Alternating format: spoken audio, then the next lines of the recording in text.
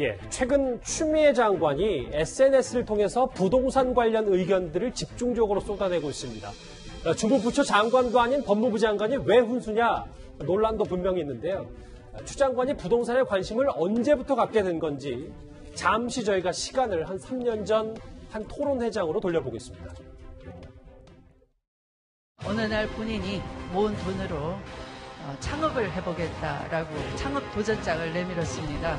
결국 자기에게 돌아오는 것은 높은 임대료를 감당할 수 없고 나날이 적자가 쌓여서 드디어 빚쟁이가 됐다. 문을 닫게 됐어요. 이게 과연 이 아이 혼자만 감당해야 될 그냥 운수의 문제일까. 그 아이를 통해서 우리 사회에 많은 모순을 경험하게 됐고요. SNS를 통해서 주말 사이에 꽤 많이 얘기가 나왔던 게 장혜철 평론가님. 실제로 투기 세력, 일반 주부에 이어 젊은 층마저 투기 대열에 뛰어들었다. 그렇기 때문에 집값이 오른 거는 정부가 오롯이 잘못한 게 아니다. 이런 논리를 좀 편 것 같더라고요. 그런데 사실 좀 이해가 안 되는 게 여기서 예시를 드는 것이 일반 주부에 이어 젊은 층마저도 투기 대열에 뛰어들었다 이렇게 말을 하고 있는데 내 집 마련을 꿈꾸는 일반 주부와 젊은 층이 뭐 큰 잘못을 하고 있는 건가요?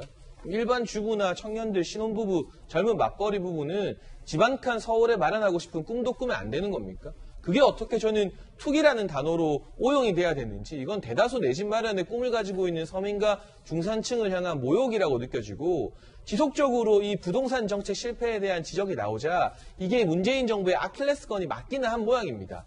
그러니 추미애 장관이 주무부서도 아닌데 나서서 어떻게든 문재인 정부에 대한 책임을 회피해주고자 이런 발언을 계속 쏟아내고 계신데 법무부 장관이 이 국토부 관련된 일에 이만큼 많은 이야기를 하는 것 다른 정치적 의도가 있는 것 아니냐는 사람들의 의혹의 시선이 상당히 짙습니다. 다가오는 서울시장 재보궐선거라던가 아니면 대선이라던가 이런 부분을 염두에 두지 않고서는 갑자기 이런 이야기를 왜 하는 것일까? 그리고 부동산으로 이득을 보려는 사람들이 다 투기 세력이고 잘못이라면 추미애 장관 본인부터 집이 있으신데 대출, 금융을 적극적으로 활용해서 오피스텔 구입해서 임대 수익 얻었고 그 오피스텔의 시세도 많이 오른 것으로 언론 보도가 이미 나왔거든요.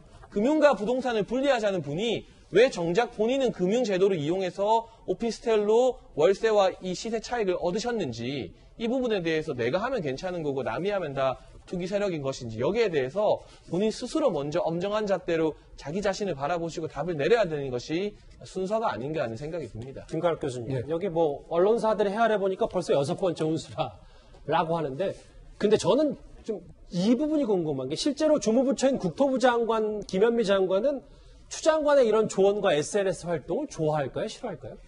저는 개인적으로 제 생각은 싫어할 것 같아요.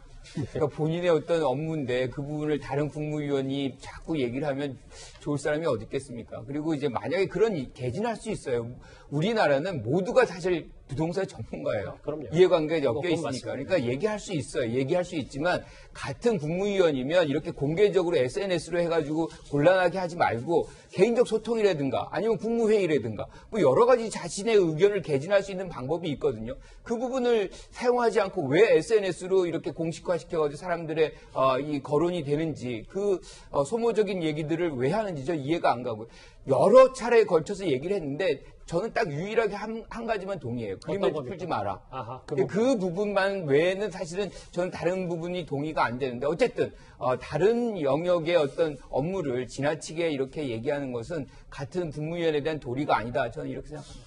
근데 이현정 의원님, 추 장관이 실제로 국무회의 석상에서는 이 얘기를 안 했기 때문에 그럼 앞으로도 이런 또 7번째, 8번째 부동산 관련 의견을 낼 때는 또 SNS만 하는 건지 뭐 이 부분도 좀 마지막으로 알아봐야 돼요. 정작 본인이 국무위원은 말할 자격이 있다라고 이야기를 하면서 국무회의에서 이야기하라고 있는 거 아니겠습니까? 근데 국무회의에서 이야기하지 않고 계속 지금 이 페이스북 정치를 하고 있는 건데 그 내용도 보면 그렇습니다. 자, 그러면 집 7채 가진 14채 가진 민주당 자치단체장들, 그다음에 그 집 3채, 4채 가진 민주당 국회의원들, 그다음에 똘똘한 한 채 가지고 강남집 안 팔고 지방집 판 현재 비서실장, 그리고 강남집 2채 팔기 싫어서 결국 사퇴한 민정수석. 이분들은 투자한 사람이고 집 한 채 가지기 위해서 빚내서 정말 자기의 어떤 맞벌이 하면서 했던 분들은 투기 세력입니까?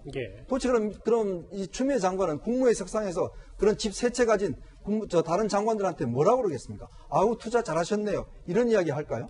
도대체 누가 투기 세력이고 누가 투자 세력입니까?